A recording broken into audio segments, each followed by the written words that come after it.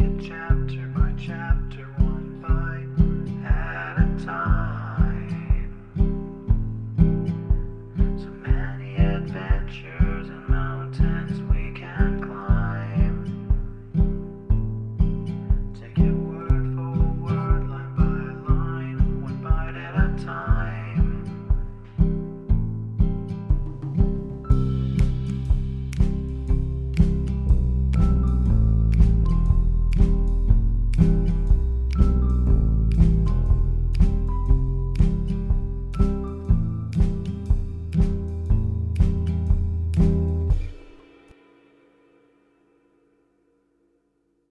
Welcome to Bite at a Time Books, where we read you your favorite classics one bite at a time. My name is Bree Carlile, and I love to read, and wanted to share my passion with listeners like you. If you want to know what's coming next and vote on upcoming books, sign up for our newsletter at biteatatimebooks.com. You'll also find our new t-shirts in the shop, including podcast shirts and quote shirts from your favorite classic novels. Be sure to follow my show on your favorite podcast platform so you get all the new episodes. You can find most of our links in the show notes, but also our website, biteatatimebooks.com, includes all of the links for our show, including to our Patreon to support the show, and YouTube, where we have special behind the narration of the episodes. We're part of the Bite at a Time Books Productions Network.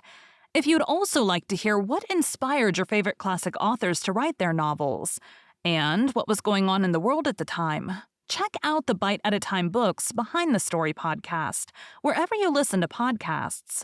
Please note, while we try to keep the text as close to the original as possible, some words have been changed to honor the marginalized communities who've identified the words as harmful, and to stay in alignment with Bite at a Time Books' brand values. Today we'll be continuing Pride and Prejudice by Jane Austen. Chapter 58. Instead of receiving any such letter of excuse from his friend, as Elizabeth half expected Mr. Bingley to do, he was able to bring Darcy with him to Longbourn before many days had passed after Lady Catherine's visit. The gentleman arrived early, and before Mrs. Bennet had time to tell him of their having seen his aunt, of which her daughter sat in momentary dread, Bingley, who wanted to be alone with Jane, proposed their all walking out. It was agreed to. Mrs. Bennet was not in the habit of walking. Mary could never spare time, but the remaining 5 set off together.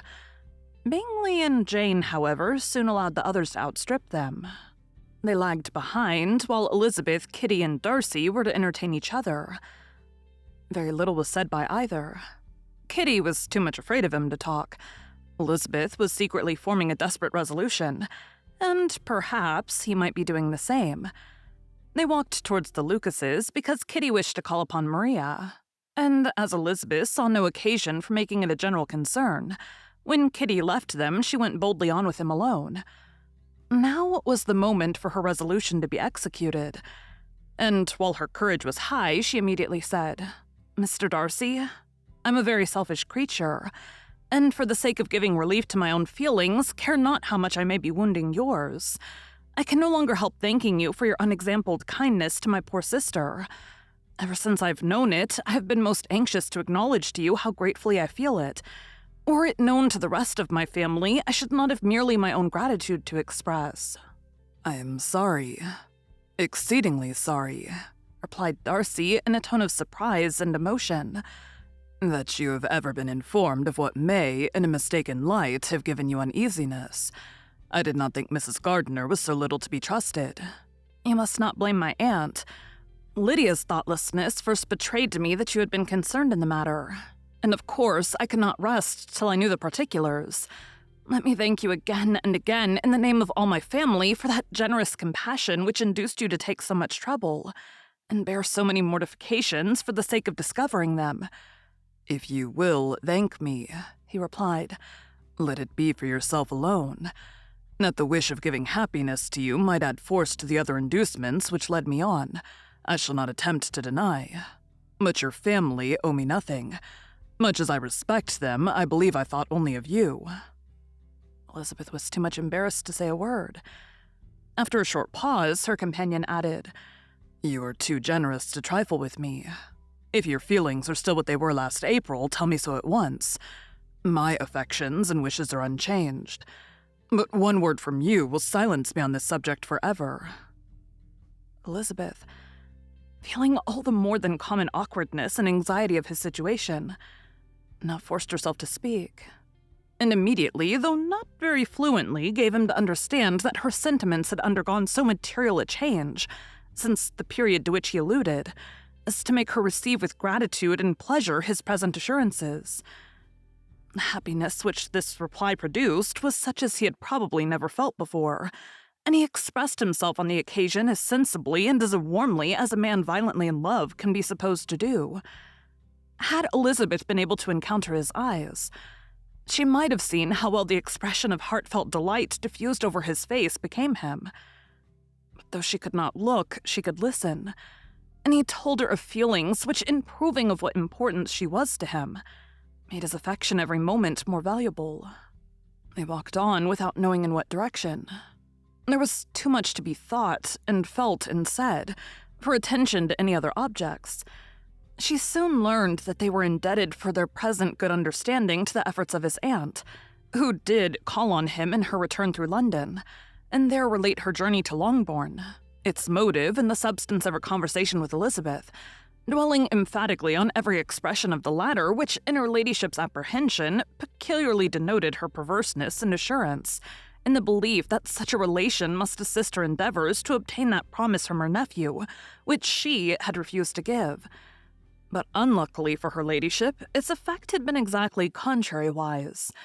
"It taught me to hope," said he, "as I had scarcely ever allowed myself to hope before. I knew enough of your disposition to be certain that had you been absolutely, irrevocably decided against me, you would have acknowledged it to Lady Catherine frankly and openly." Elizabeth colored and laughed as she replied, "Yes, you know enough of my frankness to believe me capable of that. After abusing you so abominably to your face, I could have no scruple in abusing you to all your relations." "What did you say of me that I did not deserve?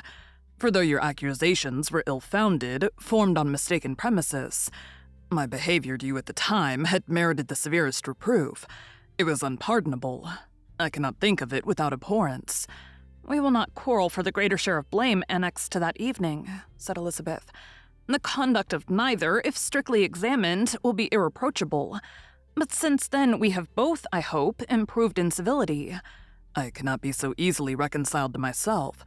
The recollection of what I then said, of my conduct, my manners, my expressions during the whole of it, is now and has been many months inexpressibly painful to me. Your reproof, so well applied, I shall never forget. Had you behaved in a more gentlemanlike manner.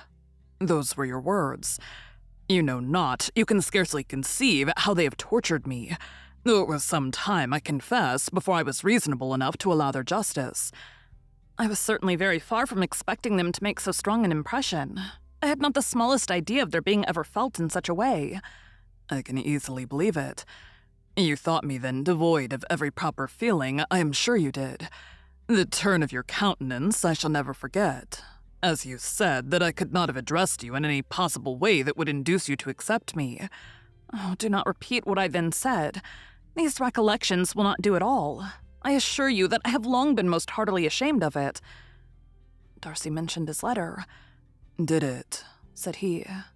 "Did it soon make you think better of me? Did you, on reading it, give any credit to its contents?" She explained what its effects on her had been, and how gradually all her former prejudices had been removed. "I knew," said he, "that what I wrote must give you pain, but it was necessary. I hope you've destroyed the letter.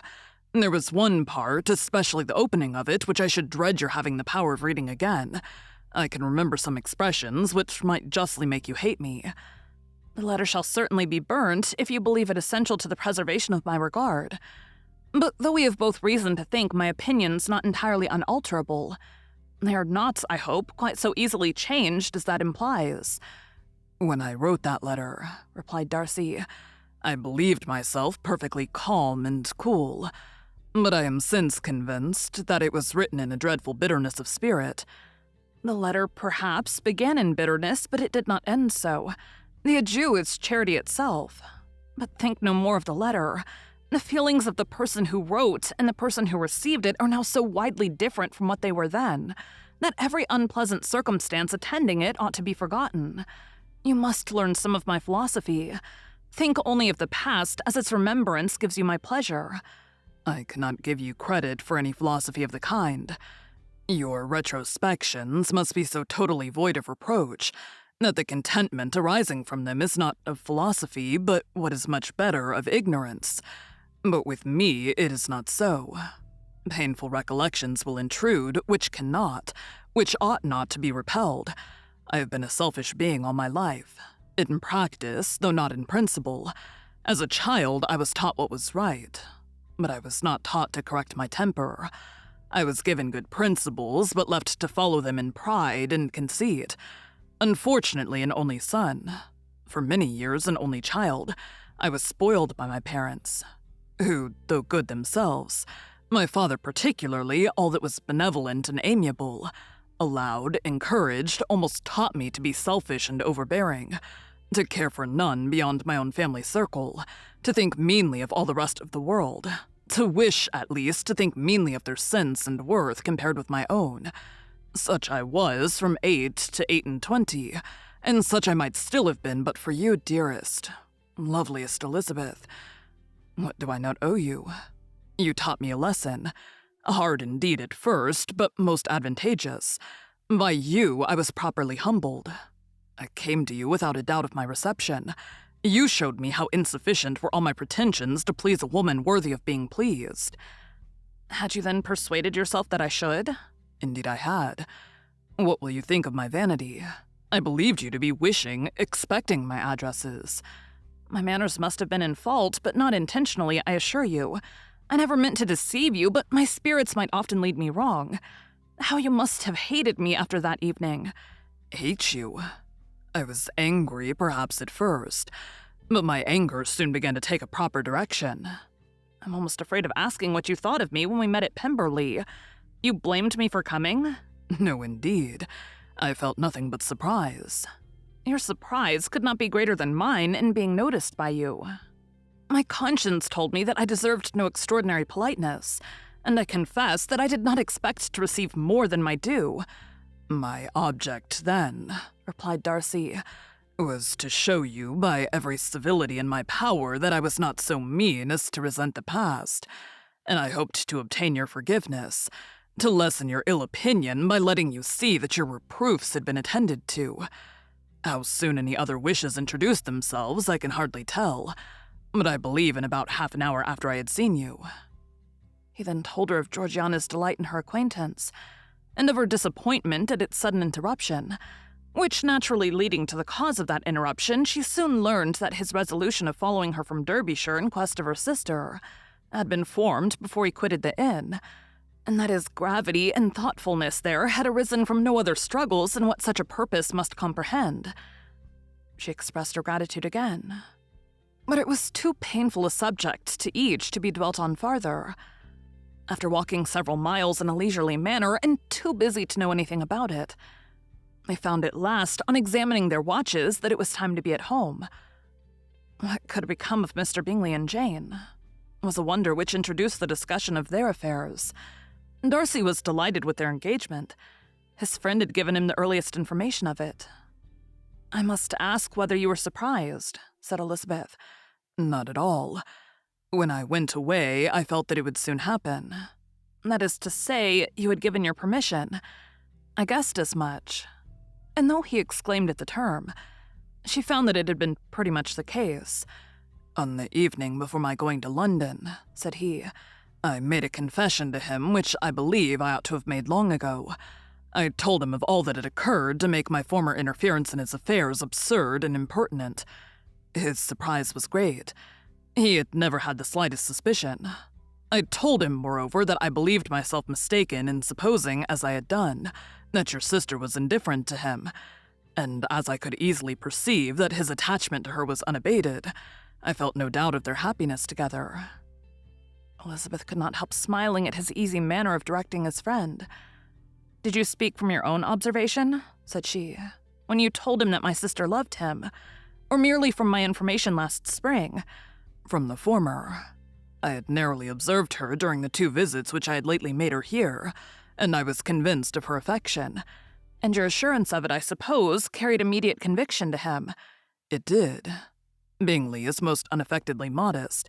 His diffidence had prevented his depending on his own judgment in so anxious a case, but his reliance on mine made everything easy. I was obliged to confess one thing which, for a time, and not unjustly, offended him.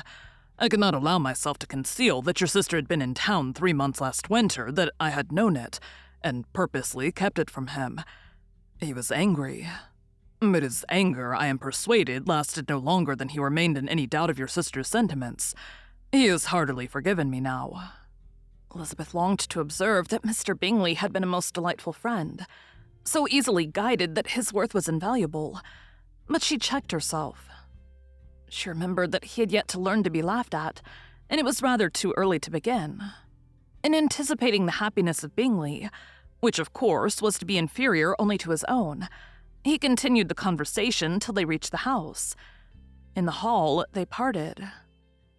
Thank you for joining Bite at a Time Books today, while we read a bite of one of your favorite classics. Again, my name is Bree Carlile, and I hope you come back tomorrow for the next bite of Pride and Prejudice.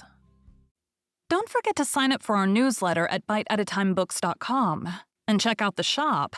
You can check out the show notes or our website, biteatatimebooks.com, for the rest of the links for our show. We'd love to hear from you on social media as well.